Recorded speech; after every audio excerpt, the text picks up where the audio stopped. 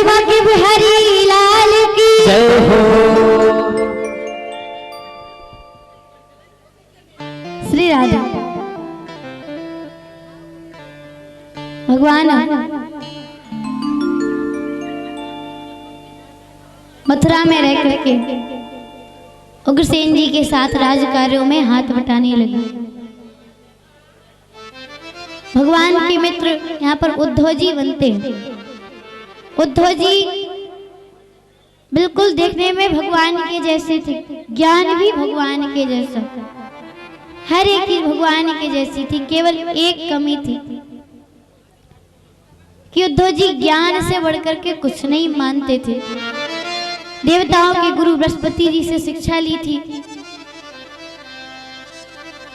उद्धव जी सोचते थे कि ज्ञान से सब कुछ हो सकता है, लेकिन भगवान जानते थे कि ज्ञान से बढ़कर है प्रेम, प्रेम से भी सब कुछ हो सकता है।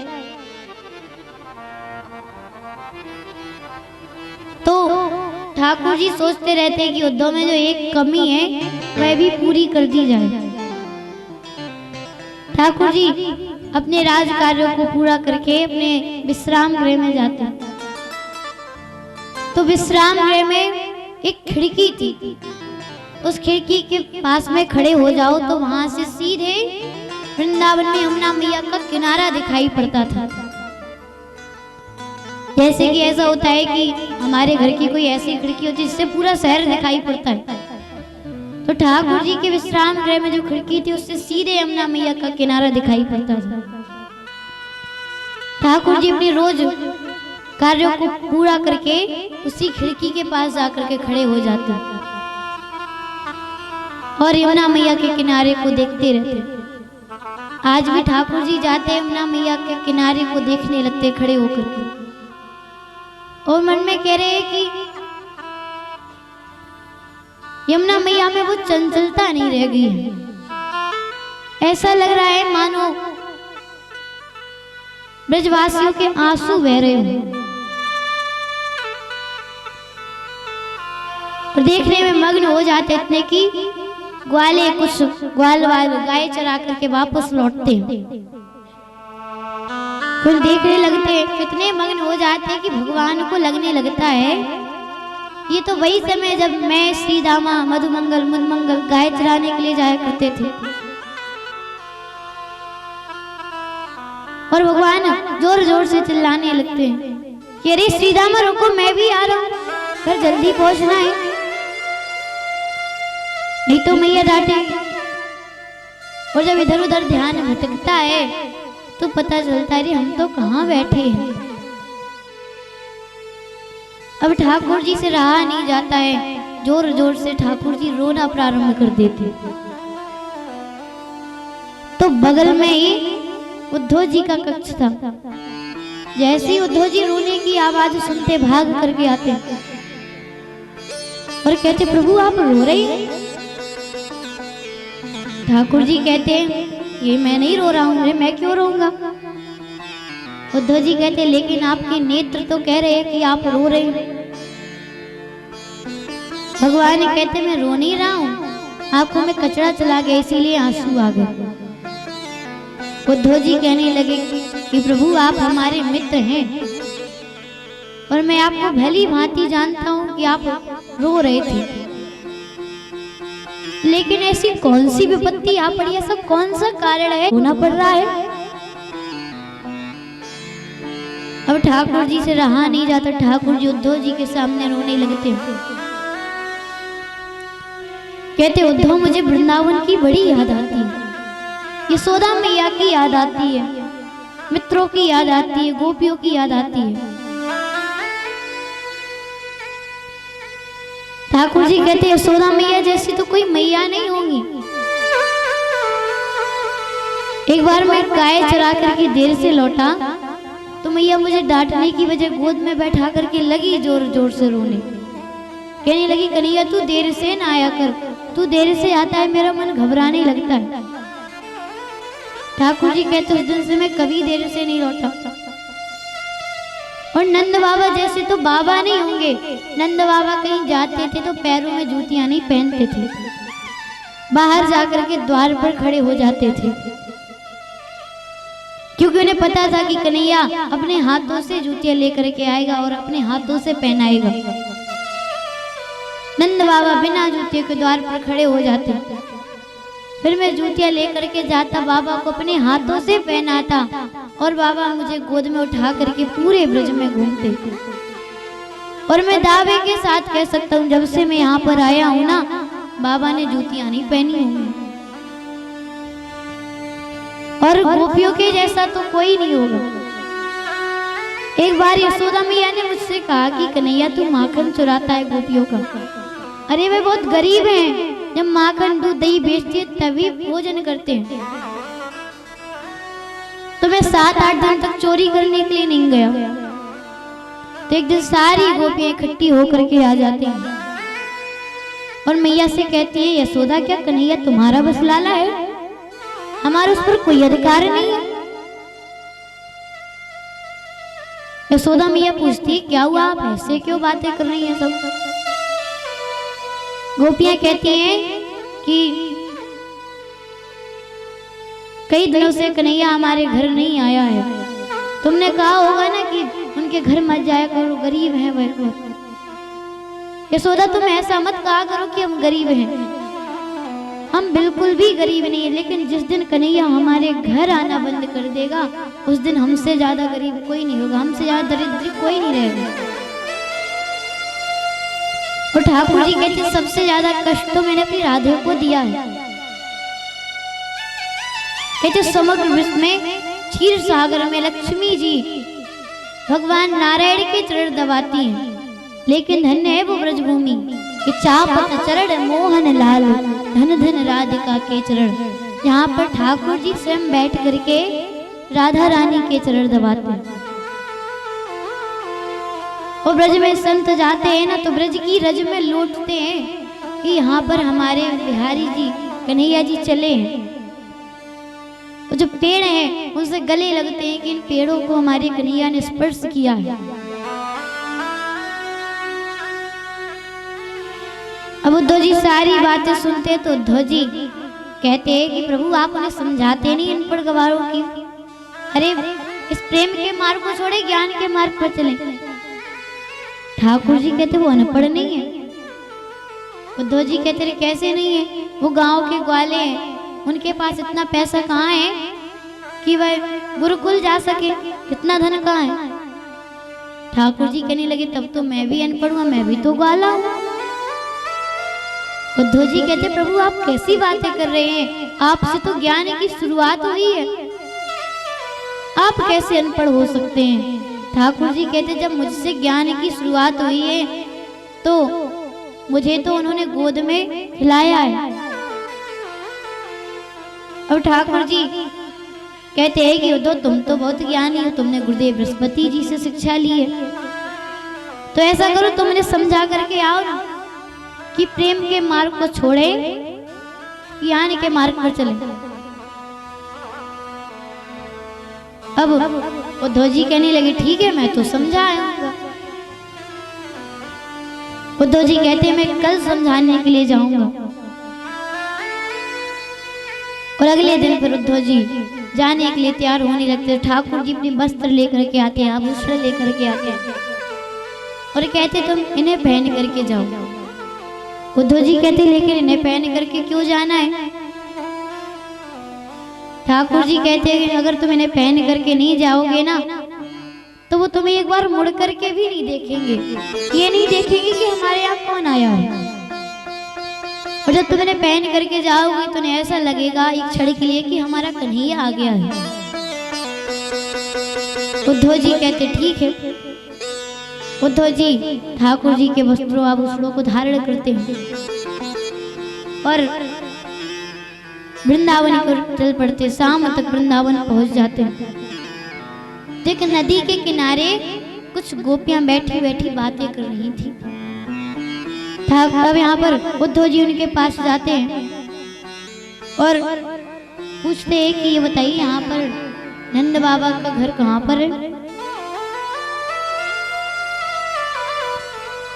अब गोपियों ने जैसे ही ऐसा सुना तो गोपियां कहती मथुरा से आए हो। ठाकुर जी कहते हैं हाँ। उद्धव जी कहते हैं गोपियों ने ऐसा सुना तो गोपियां कहती जो नदी बह रही है ना, इस नदी के किनारे किनारे चले जाओ और जहां पर ये नदी रुकेगी वहां पर एक घर बना है, वही नंद भवन है। उद्धव जी सुनते तो जाने लगते हैं। गोपियां रोक करके कहती है पथिक, इसे साधारण जल मत समझना, ये जो नदी है ना, ये नंद बाबा यशोदा मैया के आंसू हैं जो कृष्ण के वियोग में नदी बन करके बह रही है। अब उद्धव जी यही सुन करके आश्चर्यचकित रह जाते हैं, कोई इतना रो सकता है किसी के लिए, किसी के वियोग में। उद्धव जी नंदवन पहुंचते हैं, आवाज लगाते नंद बाबा, अरे ओ नंद राय जी बाहर तो आइए। एक बूढ़ा सा व्यक्ति बाहर निकलता है, दुबला पतला है, आंखें अंदर तक धसी हुई हैं। वह कहता है बताओ मैं नंद राय हूं। अब उद्धव जी ने जैसे ही सुना तो उद्धव जी कहते हैं आप तो बिल्कुल मेल नहीं खा रहे जैसा कृष्ण ने बताया था, और बुरी दशा हो चुकी है। उद्धव जी कहते हैं मैं कृष्ण का मित्र उद्धव हूं, संदेशा लेकर के आया हूं। बाबा कहते हैं अंदर बैठो, अंदर चलो। उद्धव जी को अंदर लेकर के जाते हैं। नंद बाबा कहते तुम बैठो, मैं तुम्हारे लिए खाने के लिए कुछ ढूंढ करके लाता हूँ। ढूंढ करके लाना है, घर में नहीं है। इतना कह करके नंद बाबा चले जाते हैं और उद्धव जी उठ करके नंद भवन को देखने लगते हैं। तो देखते रसोई घर में ऐसा लग रहा है कि जब से कन्हैया गया है यहाँ पर भोजन ही ना बनाया गया हो, जाले पड़ गए हैं रसोई घर में कि कई दिनों से इसमें किसी ने प्रवेश ही ना किया हो। थोड़ी देर बाद बाबा लौट करके आते हैं, कुछ खाने के लिए लाते हैं और फिर जाने लगते हैं। तो उद्धव जी कहते बाबा अरे बैठिए तो सही, हमसे बातें करिए। नंद बाबा बातें करने लगते हैं। तब तक यशोदा मैया आ जाती, कहती अरे आप किससे बातें कर रहे हैं। और जैसे उद्धव जी को देखती हैं, भाग करके गले लगाती हैं, कहती कन्हैया तू आ गया, मैंने तेरा कितना इंतजार किया, आज तू आ गया। नंद बाबा कहते कन्हैया नहीं है, उसका मित्र है उद्धव, संदेशा लेकर के आया है। जैसे ही मैया ने सुना तुरंत मैया उद्धव जी को अपने से दूर कर देती है। कहती कन्हैया नहीं आया, संदेशा भेजा है उसने। मैया कहती जब कन्हैया रोता था ना तो मैं अपने सारे काम बंद करके कन्हैया को गोद में उठा लेती थी, और आज उसकी मैया कब से रो रही है, वो एक बार भी मिलने नहीं आ सकता मुझसे।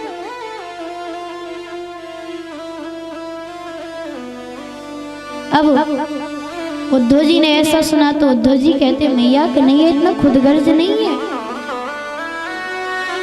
जब मैं आ रहा था तो देवी की मैया मुझसे कह रही थी कि यशोदा तू तो बताती थी कि कन्हैया दिन में 10 बार भोजन करता है, नटखट है, माखन चुरा करके खाता है। एक बार मैंने उसे गौरस से बनी मिठाई रखी तो जो कन्हैया थाली को प्रणाम करके भोजन करता था वो थाली छोड़ करके चला गया। और अंदर आकर के उद्धव जी कहते हैं कि मुझसे कहता है कि मैया से कह देना कि मुझे गौरस से बनी मिठाई ना रखा करे, गाय के दूध दही ये कुछ भी ना रखा करे। मुझे वृंदावन की याद आ जाती है, यशोदा मैया की याद आ जाती है। और देवकी मैया कह रही थी यशोदा तू कहती थी कन्हैया नटखट है, मुस्कुराता रहता है, खेलता रहता है। जब से कन्हैया आया है ना, मैंने कन्हैया को मुस्कुराते हुए नहीं देखा कि कन्हैया मुस्कुराता कैसे है, और बिना कार्य के महल से बाहर जाते नहीं देखा। अब जैसे ही मैया ने ऐसा सुना, मैया और नहीं सुन पाती हैं, मैया तुरंत चेत होकर के पृथ्वी पर गिर पड़ती हैं। नंद बाबा कहते इतना तो सोती हैं ये, नहीं तो पागलों की भांति पूरे ब्रज में घूमती हैं। गोपियों के पास जाती है, कहती तुमने कन्हैया को देखा है? कन्हैया तुम्हारे घर में चोरी करने के लिए आया था ना, तुमने उसे बांध करके रखा होगा अंदर। मेरे कन्हैया को दे दो, मैं अपने घर में बांध करके रखूंगी इसे, अब चोरी करने के लिए नहीं आ पाएगा। गोवर्धन पर्वत के पास जाती थी, तेरी तो पूजा करवाई थी उसने, तुझे तो पता होगा मेरा कन्हैया कहाँ चला गया है। पूरे ब्रज में घूमती पागलों की भांति सभी से पूछती हैं। अब उद्धव जी सोचने लगते क्या करने आया था, क्या करने लगा। अब उद्धव जी समझाते, कहते बाबा जो कन्हैया थे आपके पुत्र नहीं थे, वो तो परम पिता थे, परमेश्वर थे, भगवान थे, लीला करने के लिए आए थे और लीला पूरी हो गई है तो वो चले गए आपको छोड़ करके। नंद बाबा कहने लगे मैंने तो तुझे कोई ज्ञानी बालक समझा था, तू तो सबसे बड़ा मूर्ख निकला।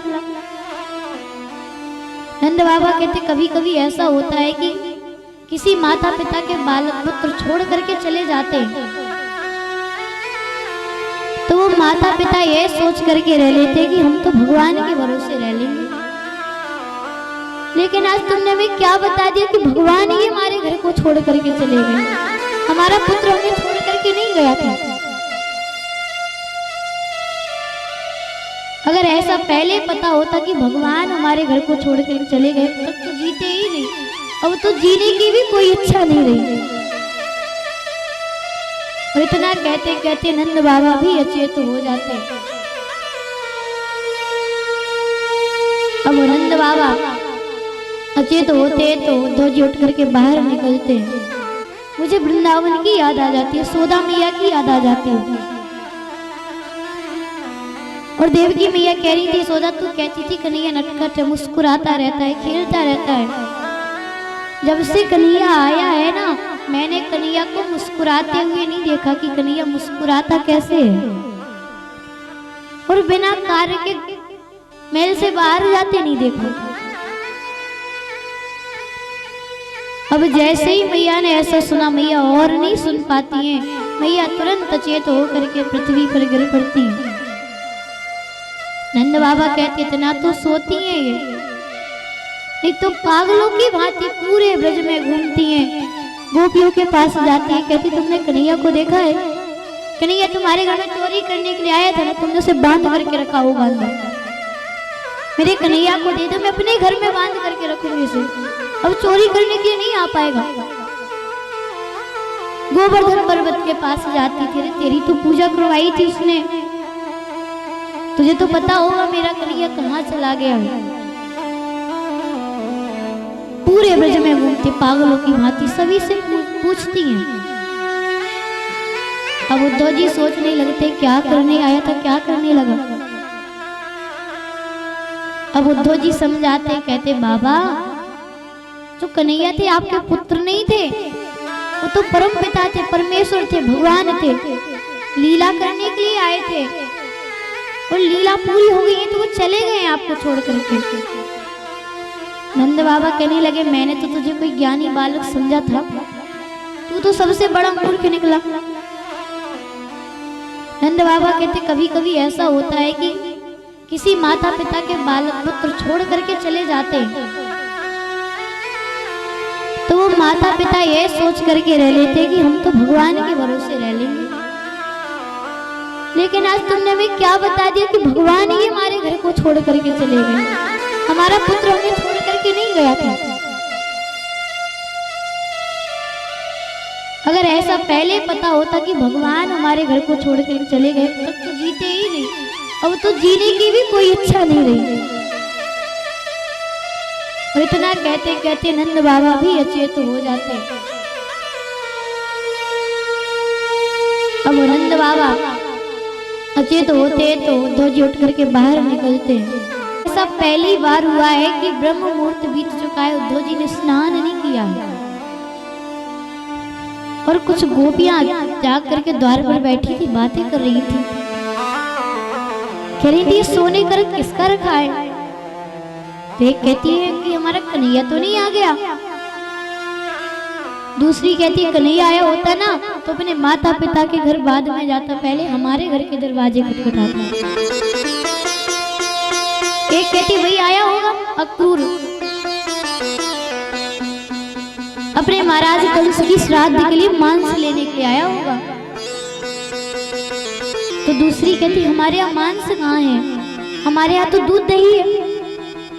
तो वह गोपी कहती अरे वो लोग तो जानते ही होंगे, जब से हमारे कन्हैया को लेकर के गए हैं सब जिंदे मुर्दे ही घूम रहे हैं। तो ये गोपी कहती अगर वो तुझसे तेरा कलेजा मांगेंगे तो तू दे देगी। गोपी कहती मांगे तो सही, निकाल करके रख दूंगी।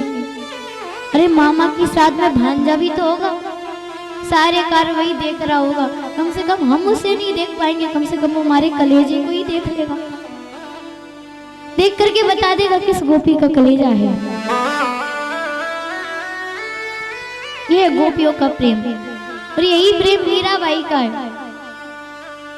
एक बार मीराबाई बैठी है, उदास है, ऐसा लग रहा है कि आज ठाकुर जी मिलने के लिए नहीं आए हैं। एक कौआ बैठा हुआ था, जोर जोर से चिल्ला रहा था। तो मीराबाई कहती तुझे भूख लगी है ना, अपना कलेजा निकाल करके रख दे, तो ले जाना। कलेजो मैं धरूं रे, कागा तू ले जा, और जहां बसे श्याम पिया वो देखे तू खा। ये तो अपना कलेजा निकाल करके रख दे रही हूँ, और यहाँ पर नहीं खाना, जहाँ पर गोविंद हो ना वहां पर लेकर के जाना। जब वो तुझे देख रहे हो तब खाना, ताकि उन्हें भी तो पता चले प्रेम कैसा होता है। गोपियां आपस में चर्चा कर रही थी, तब तक उद्धव जी पहुंच जाते हैं, गोपियों के पास जाकर के बैठ जाते हैं। कहते हैं मैं कृष्ण का मित्र उद्धव संदेशा लेकर के आया हूँ। गोपियां कहती है कह देना कन्हैया से कि हम बहुत प्रसन्न हैं यहाँ पर। हाँ कभी कभी आपको याद कर लेते हैं, लेकिन वो तो राजा बनने वाले हैं, वो हम वालों को कहाँ याद करेंगे। उद्धव जी ऐसा सुनते हैं तो उद्धव जी कहते हैं कि यही तो समझाने के लिए आया हूँ मैं कि प्रेम के मार्ग को छोड़ो, ज्ञान के मार्ग पर चलो। गोपियां कहती है उद्धव जी क्या मन 10-20 है जो प्रेम पर भी लगाए, ज्ञान पर भी लगाए, काम पर भी लगाए। अरे एक मन था दे दिया कन्हैया को, अब तो केवल कृष्ण का ही चिंतन करते रहते हैं, केवल कृष्ण की राह निहारते रहते हैं कि कब कृष्ण आए, कृष्ण के दर्शन। उद्धव जी कहते गोपिया की उद्धव जी आप नहीं समझे, इस पर बीती है वही जानता है कि उद्धव मत आइयो समझाने, जाके कांटो लगे सोई जाने, हो जाओ कांटो लगे सोई जाने, हो जाके कांटो लगे सोई जाने, हो जाओ कांटो लगे सोई जाने।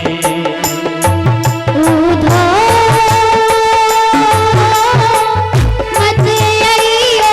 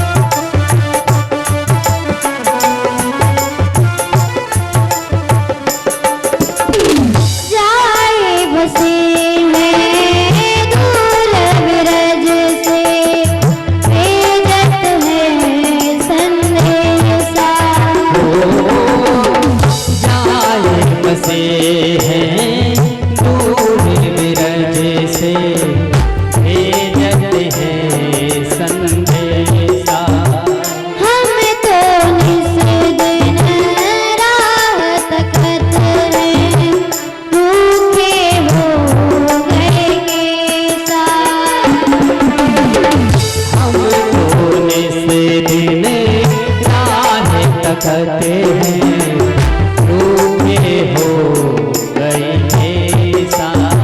पथराई मैया की अखियाँ, दर्शन उसका पाने, ताकोगे हो जाओ नाटक दे सोई तारे, हो जाके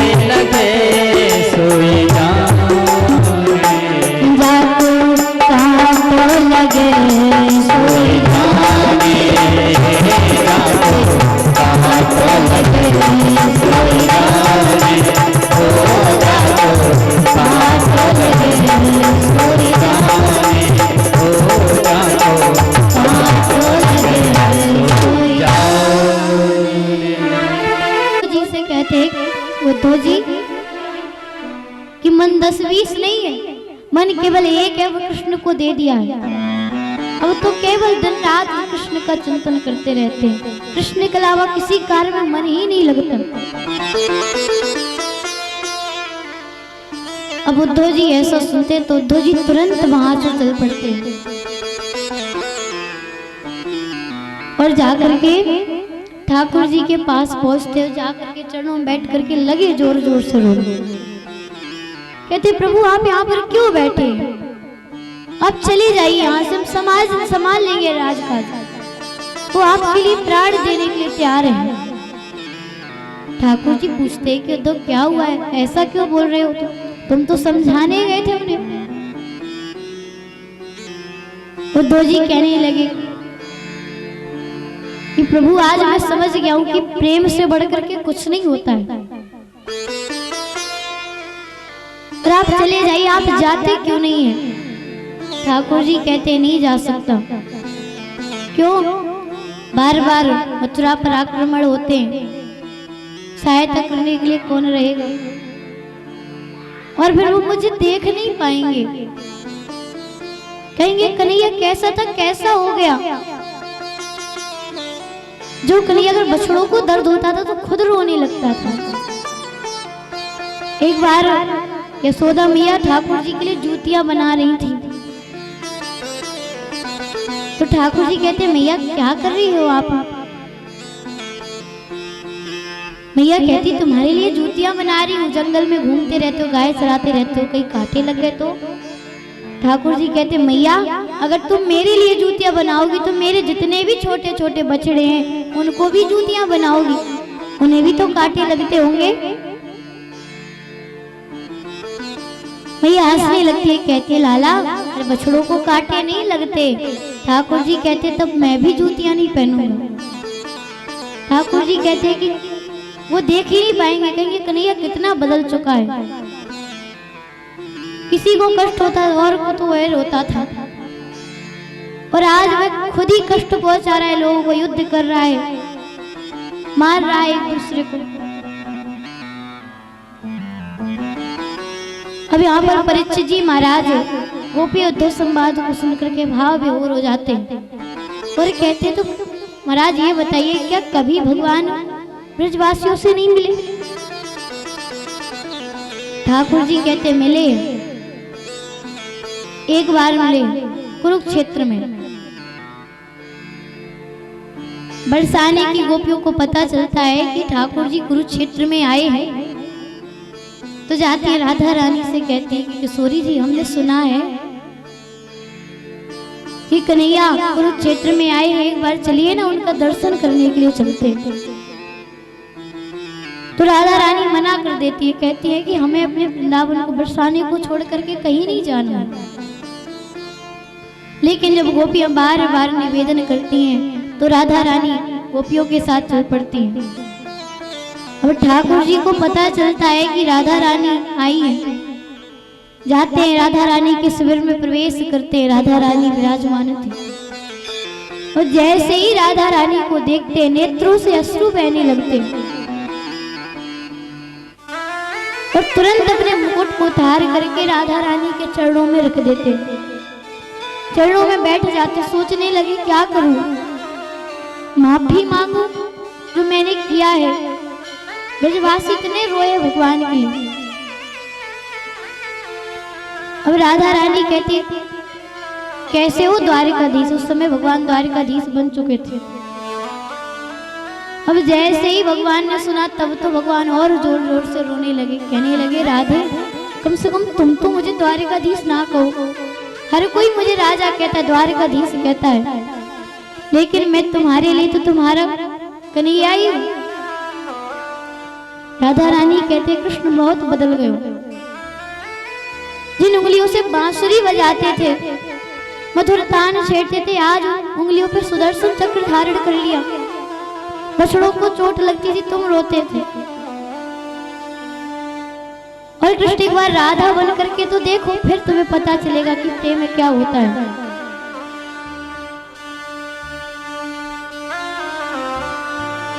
ठाकुर जी चरणों में बैठे बैठे रो रहे हैं। राधा रानी कह रही है एक बार राधा बन करके देखोगे ना तब पता चलेगा तुम्हें कि प्रेम की पीड़ा क्या होती है। एक बार तो राधा बन कर देखो मेरे सांवरिया, राधा यू रो रो कहे। तो राधा बन कर देखो मेरी सांवरिया, राधा यो रो कहे।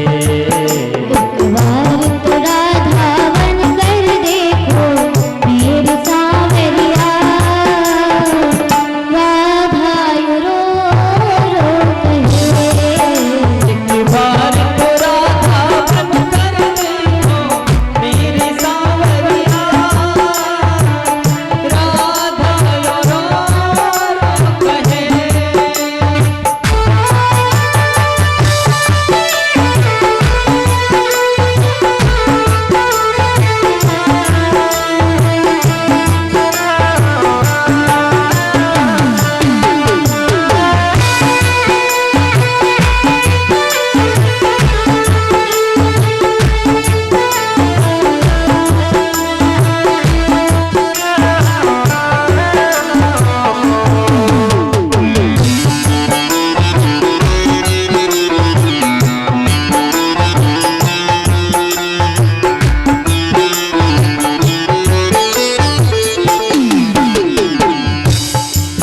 क्या होते हैं आंसू, क्या पीड़ा होती है। क्या होते हैं आंसू, क्या पीड़ा होती है। क्या होते हैं आंसू, क्या पीड़ा होती है। क्या होते हैं आंसू, क्या पीड़ा होती है। क्यों दर्द उठता है, क्यों आंखें रोती हैं। दर्द उठता है, क्यों आंखें रोती हैं। क्यों दर्द उठता है, क्यों आंखें रोती हैं। क्यों दर्द उठता है, क्यों आंखें रोती हैं। एक बार तो आंसू बहा कर देखो मेरी सांवरिया, राधा यू रो रो कहे। बार तो राधा बन कर देखो मेरी सांवरिया, राधा यो कहे। एक बार तो राधा बन कर देखो मेरी सांवरिया, राधा यो कहे।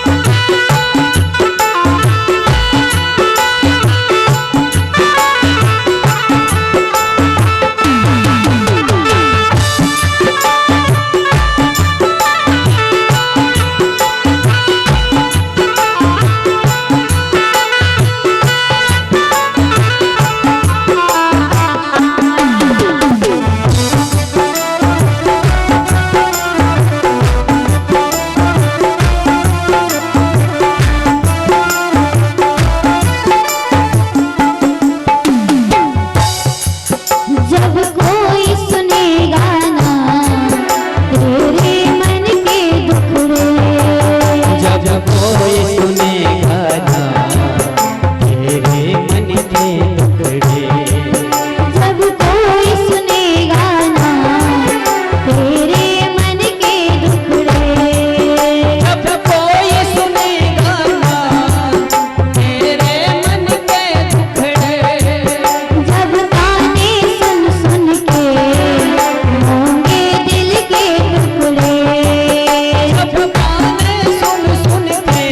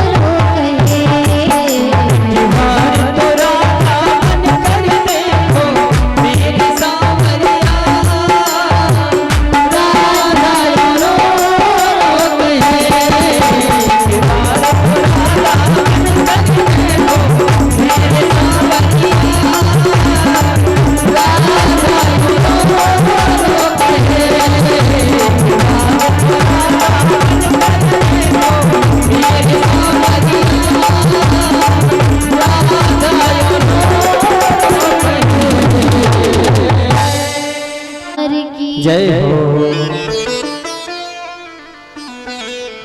राधा रानी भगवान से कहती एक बार राधा बन करके देखो, फिर तुम्हें प्रेम की पीड़ा पता चले कैसा होता लगता है।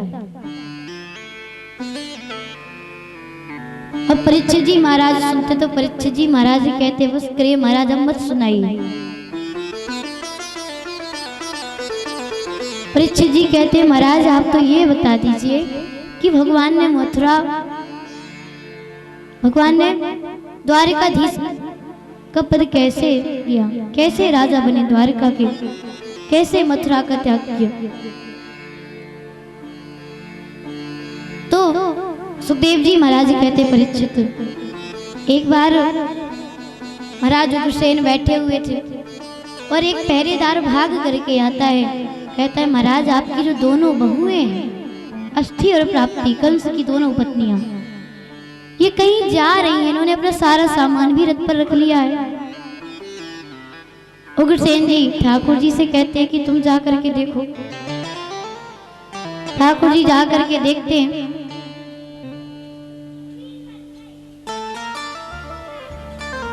तो ठाकुर जी पूछते हैं कि मामी आप कहाँ जा रही हैं? अस्थि और प्राप्ति कहती आपने हमारे पति को मार दिया, अब ये मथुरा हमें कष्ट दे रही है, इसीलिए हम अपने पिता के घर जा रहे हैं। इतना कह करके अस्थि और प्राप्ति अपने पिता के घर जरासंध के घर मगध देश चली जाती है। इधर जरासंध को जैसे ही पता चलता है कि मेरी दोनों पुत्रियां आ रही हैं, बहुत प्रसन्न होता है। और जब पुत्रियां आती हैं उनकी दशा को देखता है तो पूछता है कि किसने मारा है तुम्हारे पति को?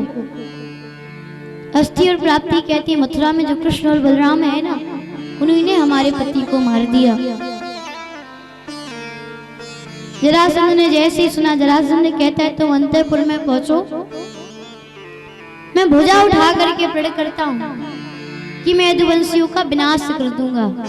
इतना कह करके सारी सेना इकट्ठी करता है और मथुरा की ओर युद्ध करने के लिए आने लगता है। मथुरा के गुप्तचर बताते हैं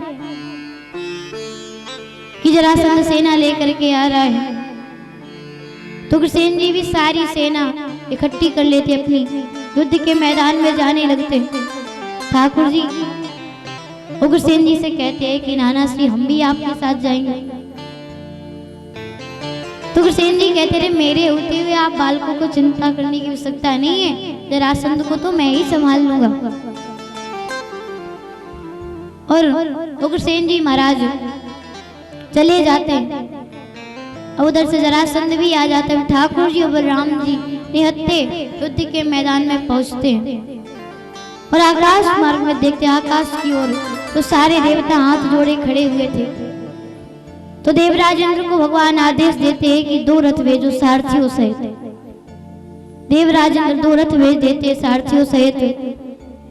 एक रथ पर ठाकुर जी विराजमान होते, एक रथ पर बलराम जी, और युद्ध करने के लिए चल पड़ते।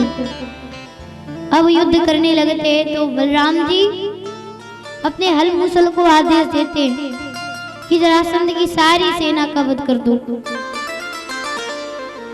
और कुछ ही क्षण में बलराम जी जरासंध की 23 अक्षौहिणी सेना का वध कर देते हैं। और जब ठाकुर जी देखते हैं कि हमारे भैया ने तो 23 अक्षौहिणी सेना को मार दिया, लेकिन हमने जरासंध को भी बंदी नहीं बना पाया। ठाकुर जी तुरंत अपना पास निकालते, जरासंध को बंदी बना लेते और रथ के पिछले वाले हिस्से में डाल देते और बलराम जी के पास जाते, कहते भैया ये जरासंध पड़ा है, इसका क्या करना है? बलराम जी सुनते तो बलराम जी कहते ऐसे तुम वापस छोड़ दो, ये वापस से पापियों की सेना इकट्ठी करेगा, हम वापस से वध करेंगे, हमारा तो जन्म इसीलिए हुआ है। ठाकुर जी कहते ठीक है। ठाकुर जी जरासंध को छोड़ देते और सुखदेव जी कहते परीक्षित जरासंध 17 बार 23 अक्षौहिणी सेना ले लेकर के आता है और 17 बार भगवान से हार जाता है। अब 18वीं बार युद्ध की तैयारी कर रहा था तो विद्वानों को, ब्राह्मणों को बुलवाता है और पूछता है कि मैं ये युद्ध कैसे जीतूंगा। तो विद्वान कहते हैं महाराज आपको विश्वजित यज्ञ करना होगा। अगर आपका ये यज्ञ सफल हो गया तो फिर आपको कोई परास्त करने वाला नहीं है, हराने वाला नहीं है। अब जैसे ही जरासंध ने सुना तो तुरंत 10,000 ब्राह्मणों को बुलवाया और कहा आप लोगों को विश्वजित यज्ञ करना है। ब्राह्मण कहने लगे महाराज हो जाएगा, कर देंगे, लेकिन ये बताइए कि किसके निमित्त यज्ञ करना है। जरासंध कहता है कृष्ण और बलराम के निमित्त। जैसे ही ऐसा कहा तो सारे ब्राह्मण कहते महाराज हम ये यज्ञ करना जानते ही नहीं है। जैसे ही जरासंध ने सुना 10,000 ब्राह्मणों को तुरंत कारागार में डाल देता है और कहता है जब तक यज्ञ नहीं करोगे तब तक जा नहीं पाओगे यहाँ से। रात में आकाशवाणी होती है, भगवान कहते ब्राह्मणों आप मेरी चिंता मत करो, आप यज्ञ करो, मैं स्वयं आपके यज्ञ की रक्षा करूंगा। ब्राह्मण कहते ठीक है। अगले दिन सुबह सुबह जरासंध से कहते हैं कि महाराज हम आपका यज्ञ करने के लिए तैयार हैं, आप हमें बाहर निकाल दीजिए। जरासंध ब्राह्मणों को बाहर निकालता है, यज्ञ प्रारंभ हो जाता है, पूर्ण होता है, पूर्ण आहुति होती है तो अग्निदेव प्रकट होते हैं। उनके हाथ में धनुष बाण था और कहते हैं जिस भी रथ पर धनुष बाण रहेगा वह विश्व विजयी होगा, उसे कोई हराने वाला नहीं। जरासंध धनुष बाण को पाकर के बहुत प्रसन्न होता है। अब ब्राह्मण कहते महाराज हमने आपका यज्ञ कर दिया, अब आप हमारी दक्षिणा दीजिए, हम अपने घर जाना चाहते हैं। जरासंध कहता है जब तक मैं कृष्ण को बंदी ना बना लूं तुम लोग यहाँ से कहीं नहीं जा पाओगे। और ऐसा कह करके फिर से ब्राह्मणों को कारागार में डाल देता है और फिर 23 अक्षौहिणी सेना इकट्ठी करता है। 23 अक्षौहिणी सेना ले करके चल पड़ता है। तो इधर नारद जी बीच में मिल जाते हैं। नारद जी कहते हैं कि जरासंध तुम काल्यावन को साथ में ले लो, और तुमने काल्यावन को साथ में ले लिया तब तो तुम्हारी विजय निश्चित है, क्योंकि काल्यावन को प्रदान है कि यदुवंशियों द्वारा मृत्यु नहीं होगी उसकी। जरासंध जैसे ही सुनता है तुरंत काल्यावन को संदेशा भेज देता है और कहता है कि अगर हम ये युद्ध जीत गए तो आधी मथुरा तुम्हें दे देंगे। काल्यावन तुरंत आ जाता है। अब यहाँ पर जरासंध काल्यावन से कहता है कि कृष्ण तुम्हें देख करके भागेगा, तुम्हें उसे भागने नहीं देना है। काल्यावन कहता है ठीक है। इधर ठाकुर जी युद्ध के मैदान में खड़े थे और बलराम जी से कहते भैया देखो ये जो जरासंध है ना ब्राह्मणों का आशीर्वाद लेकर के आया है, तो ब्राह्मणों का आशीर्वाद झूठा ना हो इसलिए हम भाग चलते हैं। बलराम जी कहते मैं तो नहीं भागने वाला हूँ, भागने का कार्य तो कायरों का होता है। ठाकुर जी कहने लगे आपको भागना है तो मत भागिए, मैं तो भागूंगा। बलराम जी कहते ठीक है तुम तो भाग जाना, मैं नहीं भागूंगा। लेकिन अब जैसे ही जरासंध आता है और काल्यावन ठाकुर जी से युद्ध करने के लिए आता है पास में, तो ठाकुर जी तुरंत भागने लगते हैं। भागने लगते हैं तो पीछे पीछे काल्यावन भी पकड़ने के लिए भगवान भाग रहे थे। देवताओं ने इस दृश्य को देखा तो पुष्पों की वर्षा करते हैं और कहते हैं भक्तों के वचनों की रक्षा करने वाले रणछोड़ भगवान की जय। तब से भगवान का एक नाम पड़ गया रणछोड़। बोलिए रणछोड़ भगवान की जय हो। भगवान भागते हुए जाते हैं, गुफा में जाकर के छुप जाते। उस गुफा में मुचकुंद ऋषि लेटे लेटे तपस्या कर रहे थे। भगवान ने अपना पीतांबर मुचकुंद ऋषि के ऊपर उड़ा दिया। अब काल्यावन आता है, काल्यावन को लगता है ये कृष्ण सो रहा है तो पैर से प्रहार करता है। कहता है कि युद्ध भूमि को छोड़ करके यहाँ पर आकर के सो रहे हो तुम। जैसे ही पैर का प्रहार होता है मुचकुंद ऋषि समाधि से जाग जाते हैं। और जैसे ही मुचकुंद ऋषि की दृष्टि कालियावन पर पड़ती है, कालियावन तुरंत जल करके भस्म हो जाता है। परीक्षित जी महाराज सुखदेव जी से पूछते हैं कि महाराज ये मुचकुंद कौन थे और इनके देखने मात्र से कालियावन क्यों जल करके भस्म हो गया। तो सुखदेव जी कहते परीक्षित ये इक्ष्वाकु वंश के मानधाता के पुत्र थे और ये देवताओं के साथ मिलकर के दैत्यों से युद्ध किया करते थे। देवता इनसे सहायता मांगने के लिए आया करते थे, इतने पराक्रमी थे। और जब फिर कार्तिकेय महाराज आ जाते हैं सेनापति बनने के लिए, इन्हें सेनापति के पद पर नियुक्त किया था। और जब कार्तिकेय महाराज सेनापति बनने के लिए आ जाते हैं तो उन्हें सेनापति के पद से हटा दिया जाता है। तो देवराज इंद्र इनके पास में आते हैं और कहते हैं कि आप एक वरदान मांग लीजिए, क्या चाहते हैं, आपने हमारी बहुत सहायता की है।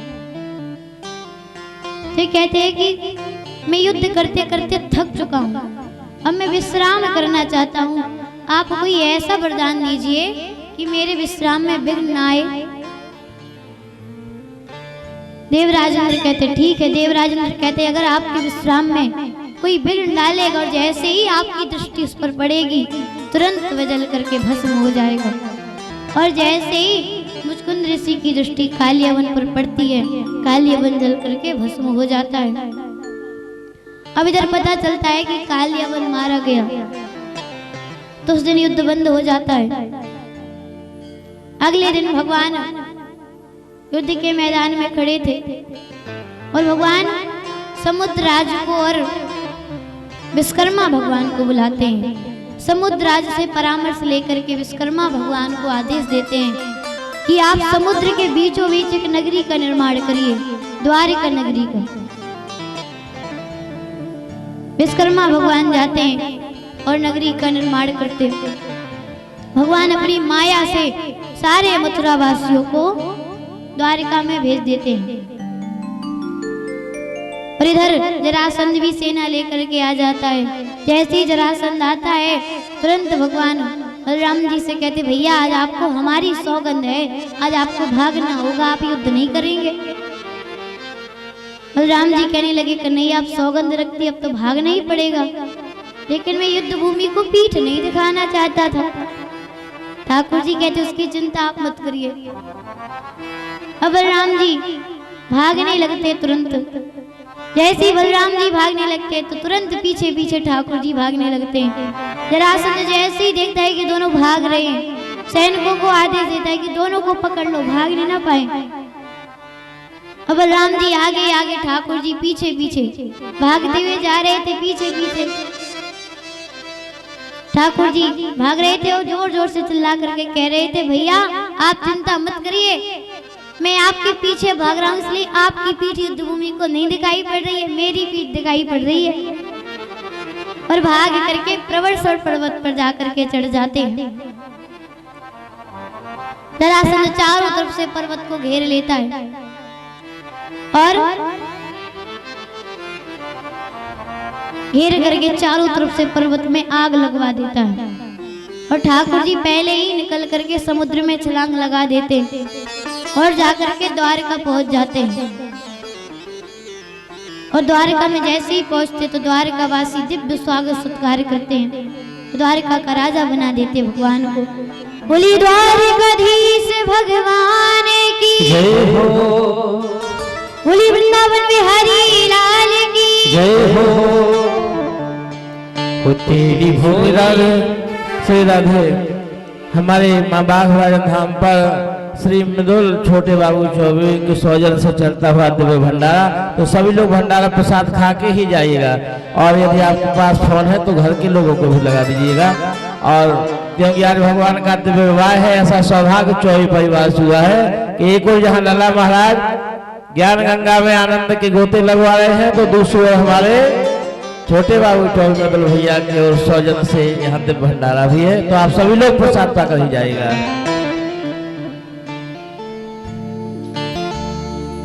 श्री राजा ये मुचकुंद कौन थे और इनके देखने मात्र से कालियावन क्यों जल करके भस्म हो गया।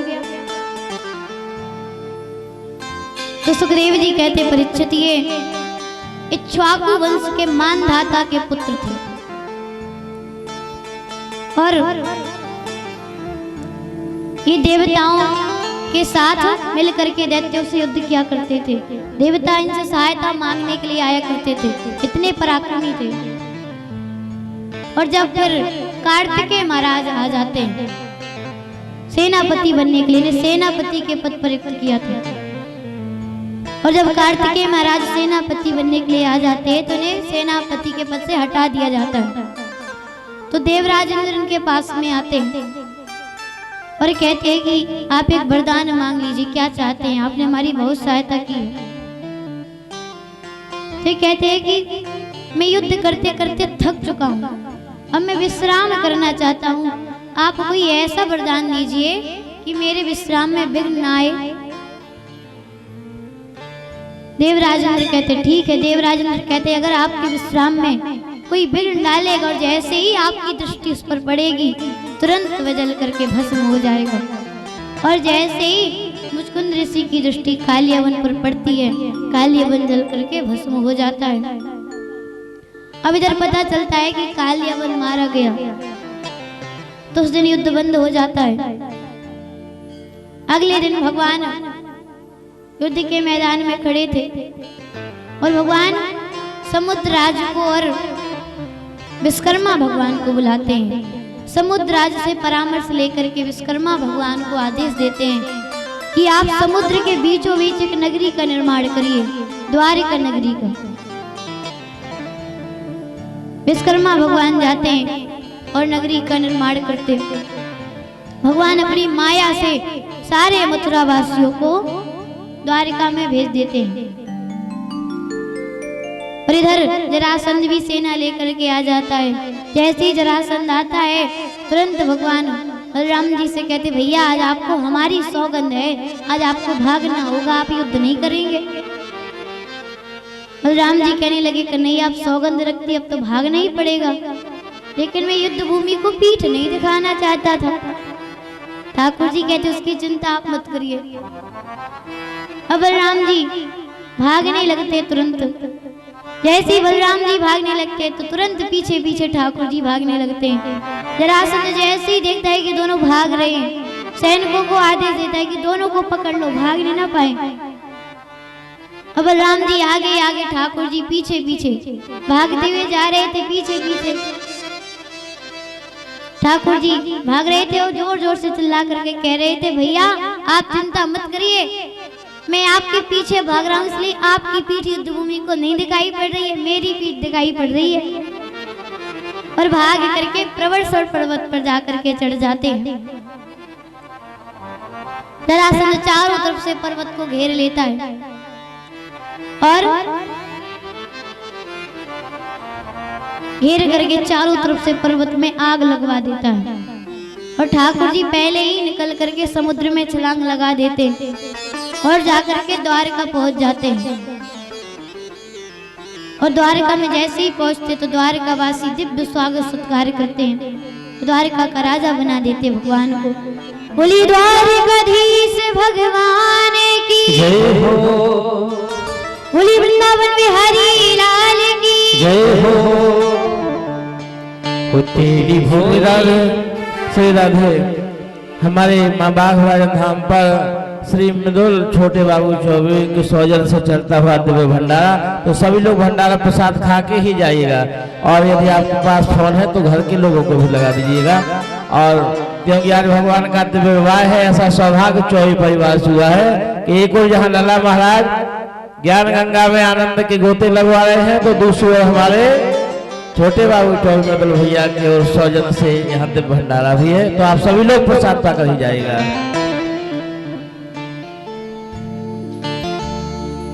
श्री राधा वृंदावन बिहारी लाल की जय हो। तेरी भोली सी सूरत संवरिया, हो तेरी भोली सी सूरत संवरिया, मेरे मन में बसी जा रही है, मेरे मन में बसी जा रही है, मेरे मन में बसी जा रही है, ओ मेरे मन में बसी जा रही है। तेरी भोली सी सूरत संवरिया, तेरी भोली सी सूरत संवरिया, मेरे मन में बसी जा रही है, मेरे मन में बसी जा रही है। तेरी भोली सी सूरत संवरिया, मेरे मन में बसी जा रही है, तेरी भोली सी सूरत संवरिया, मेरे मन में बसी जा रही है। तेरी प्यारी, वो तेरी प्यारी कदम की छैया, मेरे मन में बसी जा रही है, मेरे मन में बसी जा रही है। सभी लोग ताली बजा के भाव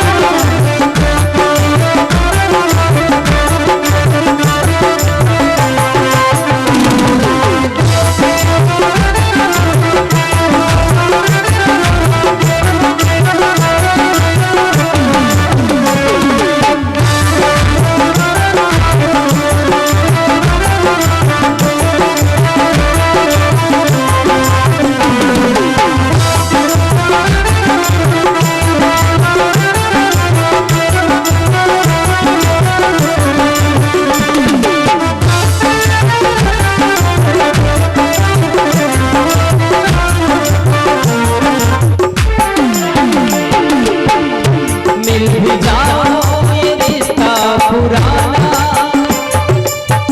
वो मिल भी जाओ ये रिश्ता पुराना, कहाँ मिलोगे बता दो ठिकाना। मिल भी जाओ ये रिश्ता पुराना, कहाँ मिलोगे बता दो ठिकाना।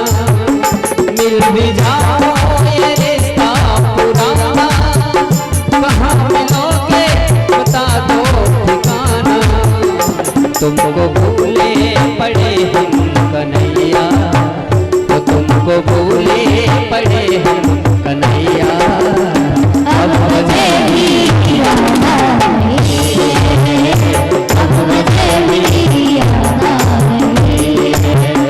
तेरी भोली सी सूरत संवरिया, मेरे मन में बसी जा रही है, मेरे मन में बसी जा रही है।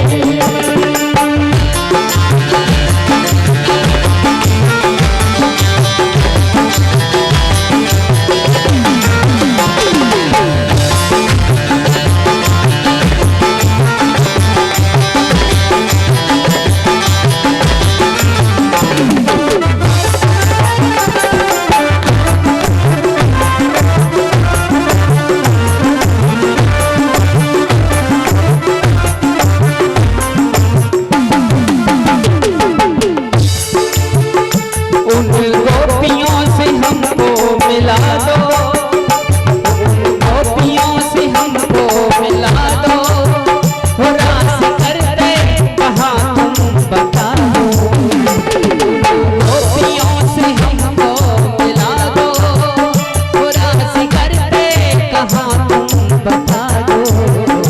प्यारी प्यारी कदम की छैया, वो प्यारी प्यारी कदम की छैया, मेरे मन को यूं तड़पा रही है, मेरे मन को यूं तड़पा रही है। वो तेरी भोली सी सूरत संवरिया, तेरी भोली सी सूरत संवरिया, मेरे मन को यूं तड़पा रही है, मैं बसी जा रही है, मेरे मन में बसी जा रही है, मेरे मन में बसी जा रही है। देता है। अब जब रुक्मणी मैया को पता चलता है कि शिशुपाल से मेरा विवाह तय हो गया है, तो मैया के यहाँ एक ब्राह्मण देवता आते, सुदेव नाम के ब्राह्मण देवता आते थे। तो उन ब्राह्मण देवता के हाथों मैया ने ठाकुर जी को संदेशा भिजवाया। उस ठाकुर जी के संदेशे में लिखा था, मैया के संदेशे में, कि प्रभु मैं जन्म जन्मांतरों से आपके चरणों की दासी रही हूँ। इस बार लेकिन मेरा भाई मेरा विवाह मेरी इच्छा के बगैर शिशुपाल से करना चाहता है। मैं शिशुपाल से विवाह नहीं करना चाहती, मैं आपसे विवाह करना चाहती हूँ। इसलिए आप आए मेरा हरण करके ले जाए।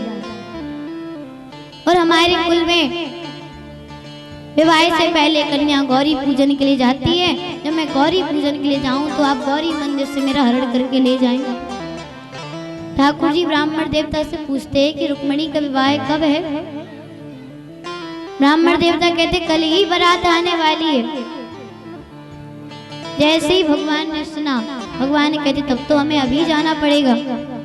भगवान ब्राह्मण देवता को साथ में लेते जाने लगते हैं। जाने लगते तो पहरेदारों से कह जाते अगर दाऊ भैया आए तो दाऊ भैया से कह देना कि कुंडलपुर गए हैं। इतना कह करके भगवान चल पड़ते हैं। कुंडलपुर पहुंचते हैं भगवान। ब्राह्मण देवता रुक्मिणी मैया के पास जाते हैं, कहते हैं कि पुत्री मैंने तेरा कार्य कर दिया है, द्वारकाधीश आ चुके हैं। अब इधर दाऊ भैया द्वारका आते हैं तो पूछते हैं कि द्वारकाधीश कहाँ है। पहरेदार बताते हैं कि वो तो कुंडलपुर गए हैं। जैसे ही दाऊ भैया ऐसा सुनते हैं तो सोचते वहां पर तो शिशुपाल की बारात आने वाली है, कुछ अनिष्ट ना हो जाए, इसलिए वो भी चल पड़ते हैं। दाऊ भैया कुंडलपुर पहुंचते हैं, महाराज भीष्मक के पास जाते हैं। महाराज भीष्मक चरणों में प्रणाम करते, कहते महाराज कार्यों में इतना व्यस्त हो गए कि आपको बुलाना ही भूल गए।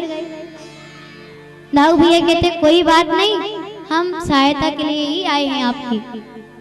तब तक रुक्मी आ जाता है। रुक्मी चरणों में प्रणाम करता है। दाऊ भैया कहते हैं कि रुक्मी तुम अपनी बहन का विवाह बड़े ही धूमधाम से करो, तुम्हें चिंता करने की आवश्यकता नहीं है। रुक्मी प्रसन्न होता है। अब शिशुपाल की बारात आती है तो रुक्मी कहता है मुझे भय है कहीं कृष्ण आकर के रुक्मिणी का हरण करके ना ले जाए। तो शिशुपाल कहता है मैं आ गया हूँ, चिंता करने की आवश्यकता नहीं है तुम्हें। रुक्मी कहता है ठीक है। रुक्मिणी मैया के पास जाता है। रुक्मिणी मैया की सखियों को आदेश देता है कि रुक्मिणी को तैयार करो और गौरी पूजन के लिए लेकर के जाओ। मैया श्रृंगार करती हैं और गौरी पूजन के लिए चल पड़ती हैं। बोली रुक्मिणी मैया की कि मुझे अपनी तू दुल्हन बना ले, शाम तेरी दीवानी हुई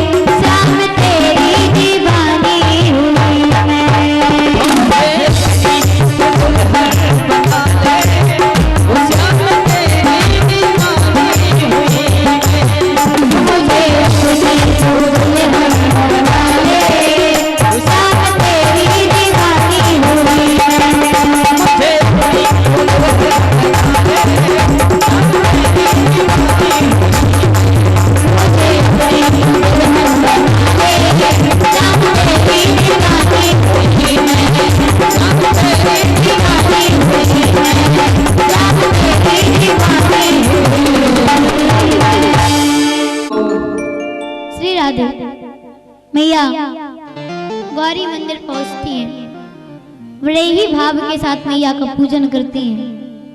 इसके पश्चात बाहर जाकर के देखती है ठाकुर जी दिखाई नहीं पड़ते। वापस मैया आती है और मैया के चरणों में बैठ जाती है। कहती है मैया अगर मैंने आपकी पूजा सच्ची निष्ठा से की हो तो मुझे तुरंत द्वारिकाधीश के दर्शन हो।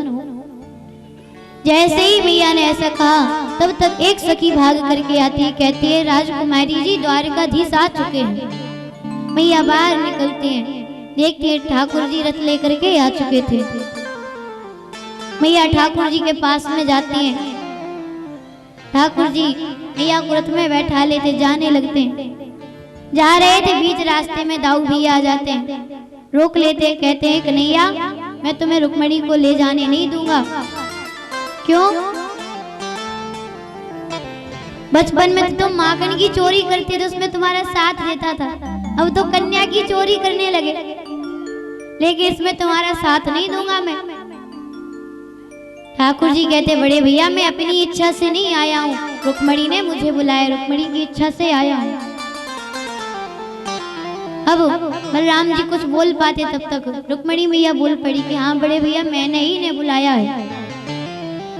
अब जैसे ही बलराम जी ने ऐसा सुना तो बलराम जी कहते तुम दोनों आगे निकलो, अब यहाँ पर मैं संभाल लूंगा। ठाकुर जी कहते ठीक है। ठाकुर जी मथुरा अब यहाँ पर द्वारिका की ओर निकल जाते हैं। और इधर शिशुपाल को रुक्मी को पता चलता है तो सेना लेकर के आ जाता है और बलराम जी युद्ध करने लगते हैं रुक्मी से, शिशुपाल से।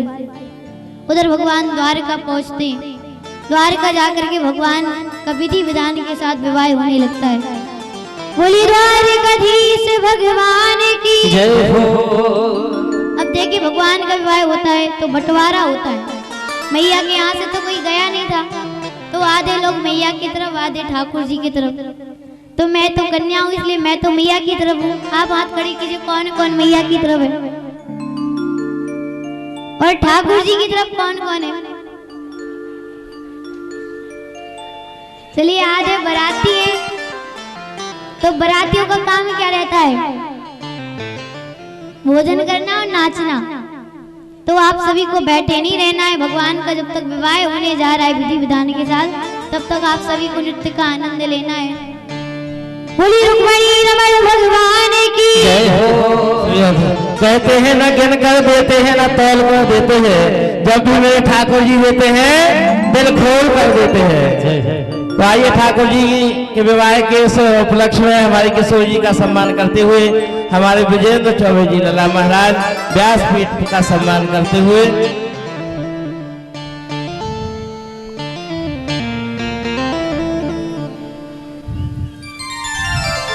कहते हैं जो व्यासपीठ का सम्मान करता है ठाकुर जी उसके जीवन में अपने आप उसके जीवन में सम्मान आता है।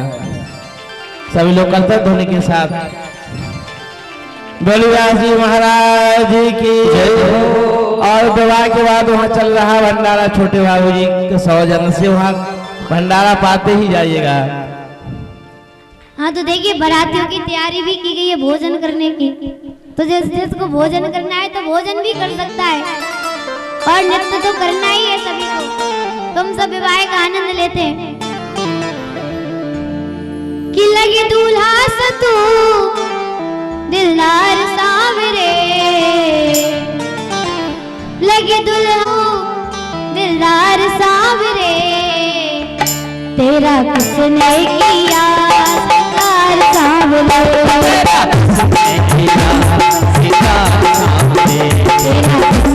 किया सिंगार सावरे, तेरा किसने किया सिंगार सावरे, तेरा किसने किया सिंगार सावरे, लगे दुल्हा सतू दिलदार सावरे, लगे दुल्हा सतू दिलदार सावरे, तेरा किसने किया सिंगार सावरे, तेरा किसने किया